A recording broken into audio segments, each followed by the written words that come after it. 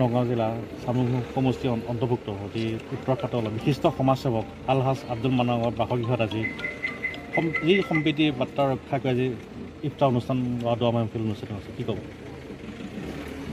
তেওঁলোকে আমাক নিমন্ত্ৰণ কৰিছিলে আজি ইফতাৰৰ কাৰণে আমি আহিছোঁ। ইয়াতে আমাৰ কলিয়াবৰ জিলাৰ সাধাৰণ সম্পাদক অৰবিন্দ চৌধুৰী ডাঙৰীয়া আছে।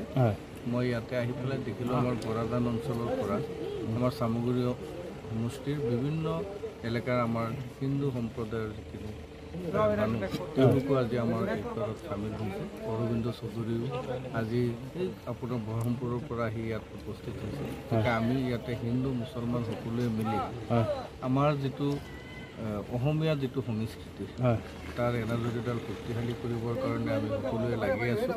আৰু এই ইফতাৰৰ সময়ত আমি আল্লাহৰ ওচৰত ভগৱানৰ ওচৰত দোৱা প্ৰাৰ্থনা কৰিছোঁ অসমীয়া সমাজখন যাতে এনেদৰে আগবাঢ়ি যায়, অসমীয়া ভাষা সংস্কৃতি জাতি ধৰ্ম বৰ্ণ ভাষা সকলোৰে মাজত যাতে মিলা প্ৰীতিৰে আমি থাকিব পাৰি তাৰেই আজি কামনা কৰোঁ। আজি মহৎ উদ্দেশ্য ৰাখি আমাৰ আলহাজ আব্দুল মান্নান বাসগৃহ যি সমূহীয়া ইফতাৰ দোৱা মাহফিল কৰিছে মহৎ উদ্দেশ্য লৈ কিন্তু ইয়াত অহাৰ এটা উদ্দেশ্যও আছে। চাওক, আমি অসম চৰকাৰৰ মানে মাননীয় মুখ্যমন্ত্ৰী হিমন্ত বিশ্ব শৰ্মাদেৱক আমি সমৰ্থন কৰোঁ। আলহাজ আব্দুল মান্নান চাহাব এওঁলোক বহুত দিনৰ পুৰণা কংগ্ৰেছৰ মূল মানে সূতা এই অঞ্চলত। গতিকে তেওঁলোকো আমাৰ পাৰ্টীক এতিয়া মুখ্যমন্ত্ৰীক সমৰ্থন কৰি আমাৰ লগত এতিয়া সহযোগ কৰি আছে। আৰু তেওঁলোকৰ নিমন্ত্ৰণ ৰক্ষা কৰি যিহেতু তেওঁলোকো এতিয়া আমাৰ পাৰ্টীৰে মানুহ, গতিকে তেওঁলোকৰ নিমন্ত্ৰণ ৰক্ষা কৰি আজি আমি ইয়াত আহিছিলোঁ।